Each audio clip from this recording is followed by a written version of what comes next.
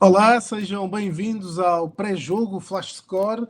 Vamos falar de Campeonato Paulista. Será o grande clássico da jornada, o Corinthians-São Paulo. Aqui eu e o Eduardo Gerac, vamos olhar para os números, tentar perceber o que é que podemos perspectivar dessa partida, esse clássico que chega à terceira jornada. O Corinthians recebe o São Paulo. Edu, o São Paulo já tinha problemas de sobra fora de campo, agora soma alguns dentro. O Corinthians acabou por criar um problema dentro do campo, ao ter sido derrotado de forma copiosa pelo Red Bull Bragantino por 3-0. Todos os ingredientes para um jogo, um derby bem quente. Não, sem dúvida, teremos um clássico aí bastante interessante, né? Um majestoso, né? Como é apelidado aí esse duelo entre Corinthians e São Paulo e Corinthians. O jogo vai ser na casa do Corinthians, o que por si só já é um problemão do lado São Paulino, né? O São Paulo que em 21 jogos já realizados na Arena do Corinthians ganhou apenas uma única vez com o Thiago Carpini no Campeonato Paulista. Em 2024 venceu por 2-1. Fora isso, são 12 vitórias alvinegras e 8 empates. Inclusive, tem uma vitória lá no começo, Ricardo, por 6-1, uma goleada contundente do Corinthians, né? E até hoje, em jogos contra o São Paulo, os torcedores do Corinthians esticam faixas lá nas arquibancadas na arena, lembrando desse resultado, que foi realmente muito contundente. Agora, falando exatamente deste Campeonato Paulista, né? Como você lembrou bem, o Corinthians que estreou com muita tranquilidade contra a Ponte Preta, jogando em casa, goleou a Macaca em seu estádio, mas depois foi com um time reserva lá para Bragança e a coisa foi realmente muito ruim. Até entraram alguns jogadores ali no segundo tempo, mas o resultado já estava consolidado, né? Uma vitória tranquila também do Red Bull Bragantino, 3-0 para cima do Timão. E o Corinthians, Ricardo, é bom lembrar que, assim como os outros times, mas o Corinthians tem um calendário ainda mais complicado nesse início de ano, de temporada. Temos até aspas ali, uma frase, né, do Dorival Júnior, onde ele mostra bem isso, né? Ele disse logo depois do jogo, bom, a preparação não foi a ideal, né? Saindo de um jogo e agora estamos pegando 3 adversários da Série A. Você pega 3 jogos, praticamente 3 clássicos em sequência. Acho que somos os únicos que temos esses confrontos logo no início. Ou seja, o que ele está dizendo? O Corinthians jogou contra o Red Bull Bragantino, vai pegar o São Paulo agora no final de semana e na próxima quarta-feira, no próximo meio de semana, vai na Vila Belmiro jogar contra o Santos. Então, o Corinthians realmente tem 3 duelos de Série A aí enfileirados, né? Até por isso o Dorival está tentando aí fazer esse rodízio aí de jogadores, né? Lembrando, claro, que o Corinthians daqui a pouco, e daqui a pouco mesmo, no dia 1º de fevereiro, tem também a Supercopa contra o Flamengo. E antes disso, tem a estreia no Campeonato Brasileiro, o Corinthians que vai começar a maratona da Série A do Brasileiro contra o Bahia, né? O tricolor baiano vai ser o primeiro adversário aí do Corinthians. Então é isso. Desculpa, mas sendo que é preciso não esquecer que, ainda por cima, o Corinthians foi um dos times que jogou até ao fim da época, porque exatamente, jogou final da Copa. Então, há menos de 3 semanas, o Corinthians estava a jogar uma final e, passado nem 3 semanas, teve que ter tempo para tirar férias, descansar, planear esta próxima época e começar a fazer pré-época. Custa entender um pouco como é que se vai exigir, em termos profissionais, a um time que consiga cumprir um calendário destes de uma forma consistente, porque se você não prepara, não tem tempo hábil, basicamente, para que os jogadores descansem, recuperem e que a parte do staff técnico e diretivo prepare uma época, percebe-se, ou parece-me que ganha outra relevância a declaração de Dorival, mas por outro lado, por exemplo, o Red Bull teve mais 15 dias de descanso. Sim, 15 dias são 2 semanas, faz diferença e há de fazer muita diferença. Mas também não há muito... Começa a haver cada vez menos espaço também para estes lamentos, no meu entender. Porque é conhecido de toda a gente e preparação, por isso é que os times são profissionais, por isso é que as estruturas são cada vez maiores e com profissionais cada vez mais polivalentes, porque é o que é, não é? Se nós decidirmos andar à chuva, vamos acabar molhados, não tem muito o que fazer. Não? Não, sem dúvida. Realmente, assim, o Dorival está nessa. Por isso que eu coloquei até ali a frase da semana, porque ele está repetindo isso muitas vezes, mas é claro, não tem muito para onde correr, para onde fugir. O Corinthians que contratou até agora efetivamente só o Gabriel Paulista, né? O zagueiro que inclusive estreou contra o Red Bull Bragantino, mas o Dorival está tendo que montar ali o seu elenco, o seu time, né? Também com muitos jogadores que vêm da base, né? Que vêm das categorias inferiores ali do Corinthians. Nessa partida, por exemplo, contra o Red Bull Bragantino, jogou ali o Bahia, jogou o Dieguinho, o Charles, o Guinegão, que são jogadores jovens aí do elenco do Corinthians. E teve também a volta do Pedro Raul, né? Que foi titular aí nessa partida contra o Red Bull Bragantino.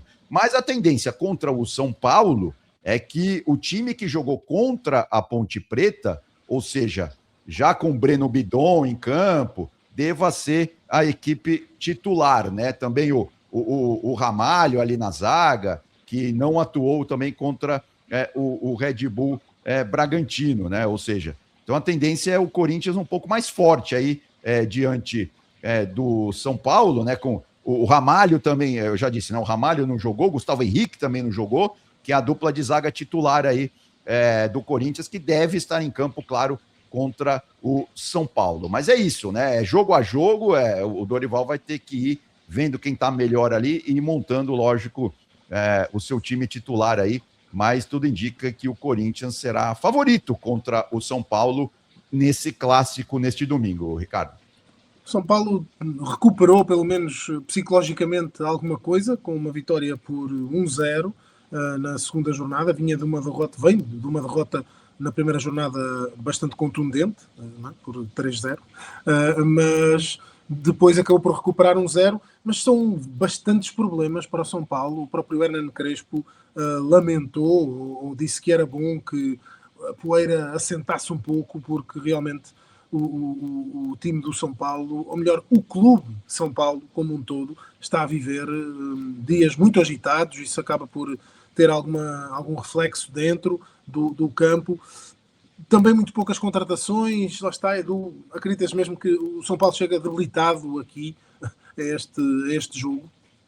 Não, sem dúvida alguma. A temporada inteira do São Paulo, tudo indica, vai ser contenção de danos, vamos dizer assim, né? É fazer ali uma nota 5, 6 e tal, para não correr risco do rebaixamento, porque pensar em títulos, né, esse ano para o São Paulo realmente é muito complicado. É claro que numa Copa do Brasil, numa Sul-Americana, vai que o time dá uma liga ali e a coisa evolui, pode ser que aconteça alguma coisa, mas fora isso, realmente é muito complicado. O primeiro ponto mais importante, como você disse, tanto o Crespo quanto os jogadores estão tentando se blindar, né, de toda a crise política que passa o São Paulo. O próprio Caleri, né, que é um dos líderes e essa é uma boa notícia, o Caleri voltou contra o São Bernardo. É verdade que ele jogou ali os 15 ou 20 minutos finais do jogo, mas voltou. Isso já é uma boa notícia. Assim como o Lucas Moura, que já havia voltado contra o Mirassol, mas contra o São Bernardo, numa noite muito chuvosa, o gramado muito pesado no Morumbi, o Lucas Moura jogou quase o jogo todo.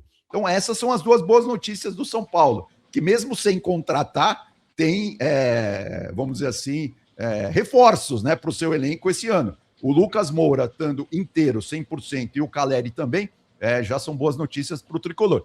E aí, Ricardo, a grande dúvida nesse início de temporada em relação ao São Paulo Futebol Clube, a gente tem até a tela para mostrar aí do São Paulo, é o esquema tático, né, que o Crespo vai jogar, vai escolher aí para a sequência do Campeonato Paulista. Porque vamos rememorar rapidamente, o Crespo chegou há uns 6 meses no Morumbi e logo ali nos primeiros jogos ele já implementou ali o 3-5-2. São Paulo jogando com 3 volantes. Só que, neste Campeonato Paulista, ele atuou no 3-5-2 contra o Mirassol fora de casa e tomou 3-0, como mostra a nossa arte, aí o nosso infográfico. E contra o São Bernardo, venceu por 1-0. O gol saiu já na segunda parte do segundo tempo, né?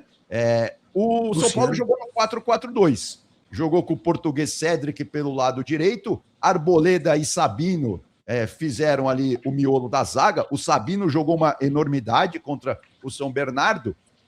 E na lateral esquerda jogou o Wendel, que também está voltando ao elenco do São Paulo. Então, a grande dúvida contra o Corinthians já é essa, né? Vamos de 3-5-2, vamos, no caso, o Hernan Crespo pensando, né? Ele que está na nossa fotografia aí, ou vamos no 4-4-2? Então, isso realmente é uma dúvida importante aí para o início da temporada do São Paulo. Ele que tem também o Danielzinho, né? Que está jogando mais como volante nesse início aí de temporada, que era do Mirassol. E aí, nesse começo de temporada, o Danielzinho jogou ao lado do Pablo Maia e também do lado do Marcos Antônio. Então vamos ver qual vai ser a dupla de volantes aí do São Paulo para esse jogo contra o Corinthians. E uma última nota importante, lembrando que o Alisson do São Paulo pode estar se transferindo para o Corinthians, para o seu grande rival, o Alisson, que não foi relacionado, né, contra o São Bernardo. Então pode ser que essa transação aí seja efetivada aí nas próximas horas, quem sabe, né? Será um pedido de Dorival, que conhece Exatamente. muito bem o jogador que treinou no São Paulo. Edu, última pergunta para uma resposta bastante rápida, mas por vezes em clássicos a equipa que está menos bem psicologicamente ou menos bem num momento mais complexo surpreende, transcende-se, aproveita esses jogos grandes e clássicos históricos para colocar isso. A pergunta é se uma segunda derrota consecutiva do Corinthians, e se acontece um resultado mais contundente, se abana muito o Corinthians e Dorival, se ficam ali numa situação, se podem ficar numa saia muito justa logo no início da época. Sabemos que os estaduais são pródigos em criar desconfortos grandes. Não, sem dúvida, se o Corinthians perde ainda mais de uma forma contundente, vai ter uma pressão, sim, sobre o Dorival e sobre o elenco. Mas eu acho que é só isso, vai ser uma pressão que até o próximo jogo, depois disso passa e tal, não dá para pensar em coisa muito maior que isso, não. Agora, é complicado, né? O São Paulo sempre tem muita dificuldade de jogar em Itaquera, e aí fica a grande pergunta também, né? Assim, do lado do São Paulo, o Crespo está querendo passar esse espírito para o elenco, para o time, né? Para os jogadores, de ser um time cada vez mais aguerrido.